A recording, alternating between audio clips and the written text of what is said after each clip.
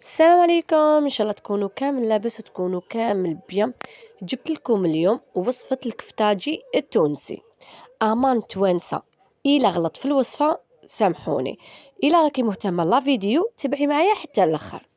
هنايا واش نحتاج على حسب افراد العائله. عندي 2 حبات طرشي، عندي 2 حبات كورجات، و3 حبات طوماطيش، والحر هاد الصغير التونسي ولا تحبي ديري الحار الكبير، و4 فصات تاع توم، وعندي 2 حبات بطاطا كيما قطعتهم فريت نورمال.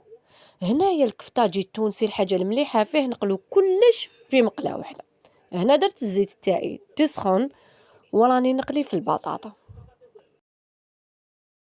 هنا نحكم الطرشي تاعي نقطعوه هكا بالطول ونقطعوه خشين شويه باش ما يتنحرقليش في المقله هكذا.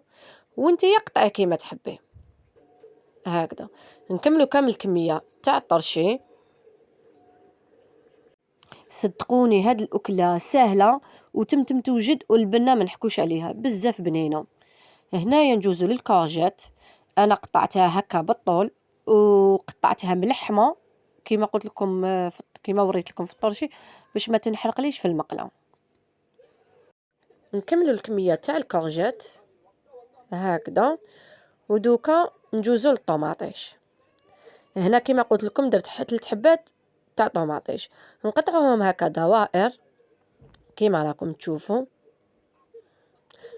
هنايا تقلات لنا البطاطا، نحوها نقطروها بيان هكذا، ونزيدو نقصو هاد الزيت، نقصو الزيت تاع البطاطا ونبداو نقليو في الكورجات هكا كيما راكم تشوفوا. نقصت شويه زيت، نبداو نقليو الكورجات بعد ما ملحناها وما تخلوهاش تكحل لكم، راح تجيكم مره.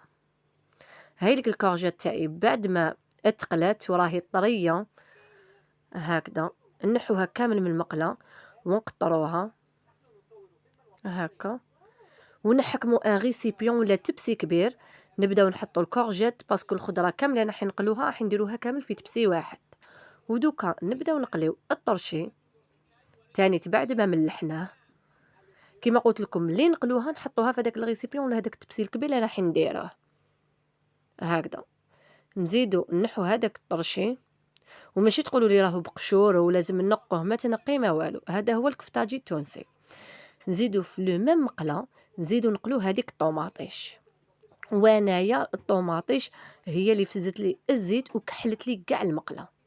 نزيدو نديرو هذوك 4 فصات تاع الثوم هكذا، نقلوها بيان طوماطيش كيما راكم تشوفوا. هنا راهي طابت لي، نزيد نديرها فوق هذيك الكورجيت وهذاك الطرشي هكذا هكذا.